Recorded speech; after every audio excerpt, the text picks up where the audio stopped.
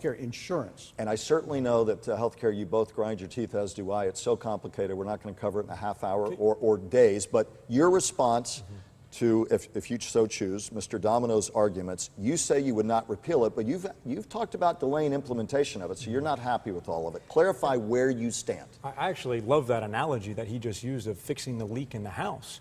How do you Under fix his it? plan, he would go tear down the house and get rid of the Affordable Care Act. I believe you should fix the leak. So I've actually supported 18 different pieces of legislation to improve the Affordable Care Act. One of those was a delay of that mandate because as we saw— Which mandate? The individual and the business mandate.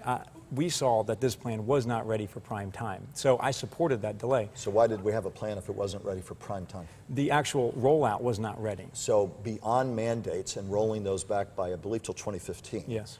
What else would you do to fundamentally fix the Affordable Care Act, which so many people, including doctors who I talk to all the time, say they're running away from, they don't feel it's going to do enough. I talk to doctors all the time concerned about it. There's been issues about sign-up. There was the famous pledge, if you like your insurance, you can keep it, made by President Obama, which he had to retract. Perfect segue. I actually supported legislation that said just that. If you like your plan, you can keep it. You know, I was in the minority of my party voting for that. Is the Affordable Care Act such damaged goods in many political circles that it should be repealed and start over as something far simpler? You see, this is the problem, Michael. It was so many different issues, and the Affordable Care Act is perfect. And my opponent's going to go to D.C., theoretically, you know, under what he's saying here, and be part of the problem because you have two groups of people. You have one group saying it's completely broken, just get rid of the whole thing. Another group saying it's perfect, don't touch it. It's somewhere in the middle. My producer's taking us to break. Your biggest fundamental fix, and then you'll have the closing word.